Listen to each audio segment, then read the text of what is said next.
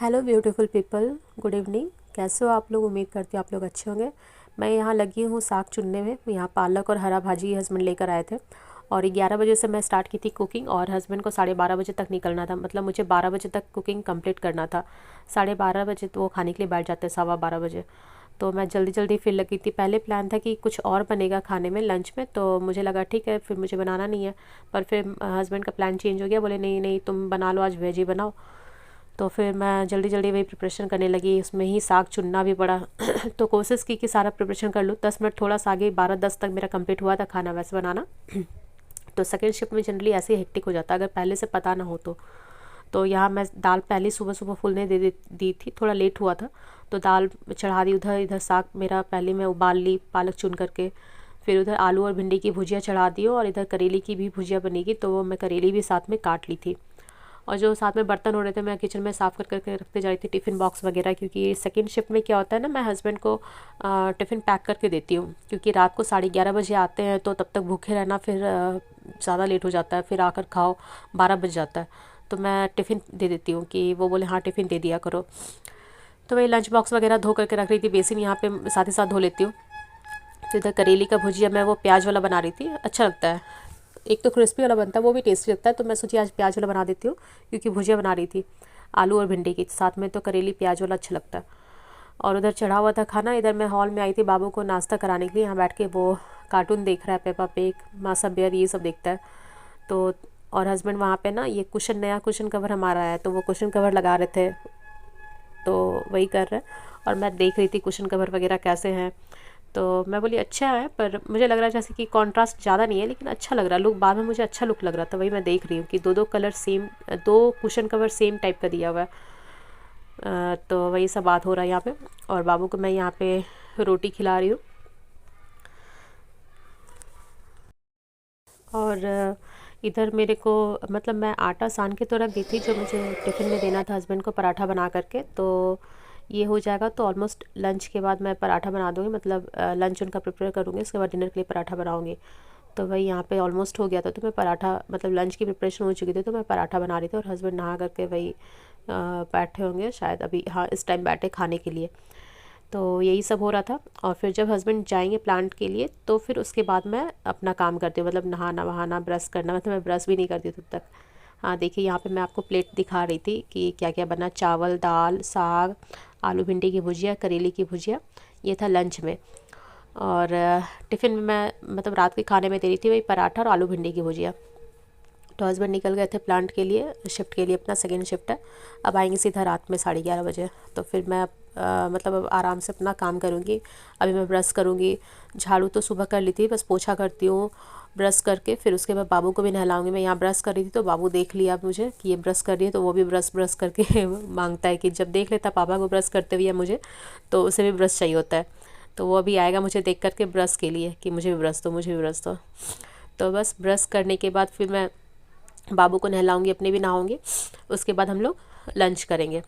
तो इस तरह से सेकंड शिफ्ट में हमारा होता है, मतलब हस्बैंड को पहले दे देती हूँ, उसके बाद हमारा काम होता है। बाबू को बीच बीच में खिलाते रहती हूँ, पर मेरा तो सीधा मतलब ब्रेकफास्ट नहीं होता, सीधा मेरा लंच ही होता है। और अब भूख भी नहीं लगता, मतलब ऐसा हो गया है कि अब आदत बन गया ना, तो भूख भी नहीं लगता है। मतलब इसके लिए मुझे डांट भी पड़ता है कि सुबह खाती नहीं हो, इतना लेट हो जाता है, खाया करो। पर भूख ही नहीं लगता। रात में लेट से खाना खाती हूँ ना, तो सुबह उतना जल्दी भूख लगता भी नहीं है, तो मैं सीधा लंच ही कर लेती हूँ अच्छे से। तो बस यहाँ पे देखो बाबू आया है अपना साइकिल चलाते चलाते। और ना मेरी एनिवर्सरी आने वाली है, तो मैं सोच रही हूँ साड़ी पहनूँ या कुछ वेस्टर्न में। तो पर मेरे पास ना साड़ी है काफ़ी, जो शादी के टाइम की साड़ी, और कुछ साड़ियाँ हैं जो मैं यूज़ नहीं की हूँ। तो वही मैं सोच रही हूँ साड़ी पहन लूँ। तो मैं आप लोगों से शेयर कर रही हूँ यहाँ पे मैं कौन सी साड़ी पहनूँ। आप लोग थोड़ा मुझे सजेस्ट कर सकते हो, अगर टाइम निकाल करके, तो प्लीज़ मुझे सजेस्ट करना।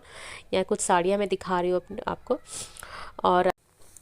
और अगर आपको मेरा ये ब्लॉग पसंद आया हो तो प्लीज़ मेरे चैनल को सब्सक्राइब करिएगा और मेरे वीडियोस को लाइक शेयर करिए।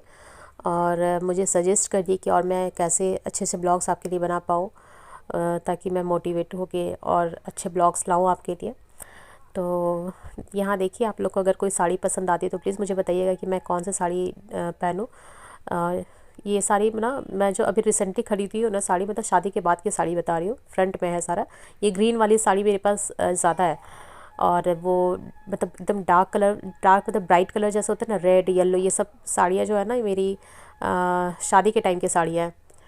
तो ये सब तो एक दो बार पहनी हूँ, मतलब दो तीन बार करके पहनी हूँ। कुछ साड़ी जो मैं बस एक ही बार पहनी हूँ, जो मैं बता रही हूँ इसमें, जैसे फ्रंट में जो है ना सी ग्रीन कलर की साड़ी है, उधर घाट चोला चुनरी प्रिंट की साड़ी है, उधर बनारसी साड़ी, ये सब साड़ी ना मैं एक एक बार ही पहनी हूँ। और हाँ, मेरी एनिवर्सरी दिसंबर में है, और दिसंबर में ही हमारा बर्थडे भी आता है, तो ये सारा ये प्लान उसी साड़ी के लिए है। जो भी मैं पीछे दिखाई हूँ ना, ये साड़ी मतलब ये सिल्क की साड़ी शादी के टाइम मुझे मिला था। फिर ये साड़ी है, ये मैं बहुत बार पहन चुकी हूँ, मतलब लास्ट इस बार दिवाली में भी आप लोगों ने देखा होगा, और स्टार्टिंग में जब शादी हुई थी तो भी मैं पहनती थी इस साड़ी को। पर अभी थोड़ा पहनने में लगता है कि बहुत ज़्यादा रेड रेड है, तो ये तो मैं पहनी हूँ बहुत बार। और इसका ब्लाउज जो है ना, ये ब्लाउज अच्छा है पर थोड़ा हेवी लुक आता है बहुत ज़्यादा। ये इसका ब्लाउज है। और ये साड़ी भी मुझे शादी के टाइम ही मिला था, तो इसे भी मैं 2 से 3 बार पहनी हुई हूँ। ये साड़ी बहुत सुंदर लुक आता है, देख कर इतना नहीं लग रहा है, लेकिन पहनने पे अच्छा था। इसमें ये मल्टी कलर है, बहुत सारे कलर्स हैं इसमें, और थोड़ा हेवी भी है ये, तो इसे भी मैं पहनी हूँ काफ़ी टाइम। ये सारा से येलो कलर की साड़ी है, तो इसे भी मैं पहनी हूँ 3-4 बार, सरस्वती पूजा वगैरह में पहनी हूँ। ये साड़ी भी सुंदर है। तो ये साड़ी जितनी भी अभी दिखाई 4 से 5, ये सारा मतलब शादी के टाइम की साड़ियाँ हैं। और भी साड़ियाँ हैं, पर मैं यहाँ पे फिलहाल इतनी साड़ियाँ लाई हूँ शादी वाली। और इस पर जाऊँ, और ये साड़ी मुझे मिला था इस बार तीज में, ये मैं एक बार पहनी हूँ। इसका ब्लाउज बहुत सुंदर है, ये इसका ब्लाउज है। फिर ये भी ग्रीन कलर की साड़ी है, और ये मुझे मिली थी पिछली बार तीज में। ये लाइट कलर की, लाइट ग्रीन है, ये डार्क ग्रीन है। तो डार्क ग्रीन भी नहीं बोल सकते, सी ग्रीन शायद होगा ये। तो ये मुझे मिली थी पिछली दिवाली, पिछली तीज में हस्बैंड की तरफ से। ये हस्बैंड गए थे राजस्थान, तो लाए थे ये घाट चोला इसको बोलते हैं ना शायद, ये चुनरी प्रिंट, ये वो है। इसका मेरे पास ब्लाउज है नहीं। और ये मुझे छठी में मिला था, बाबू की छठी हुई थी ना, तो मुझे ये साड़ी मिला था हस्बैंड की तरफ से। तो आप लोग बताइए, मेरी एनिवर्सरी आने वाली है दिसंबर में, तो मैं कौन सी साड़ी पहनूँ। और अगर मैं ये साड़ी और ये साड़ी अगर मुझे पहनना होगा, तो मुझे इसके लिए ब्लाउज स्टिच करवाना पड़ेगा, क्योंकि इसके ब्लाउज मेरे पास है नहीं। तो मैं साड़ी पहनूँ या फिर कुछ वेस्टर्न में पहनूँ। तो वैसे मुझे मन है कि साड़ी पहन लूँ, क्योंकि मेरे पास साड़ी ऑलरेडी बहुत सारी है जो मैं पहनी नहीं हूँ। तो आप लोग बताइए, इनमें से कुछ साड़ी अगर आपको पसंद आया हो जो मैं पहन सकती हूँ, तो आप मुझे बताइएगा कमेंट में कि मैं कौन सी साड़ी पहनूँ एनिवर्सरी के लिए।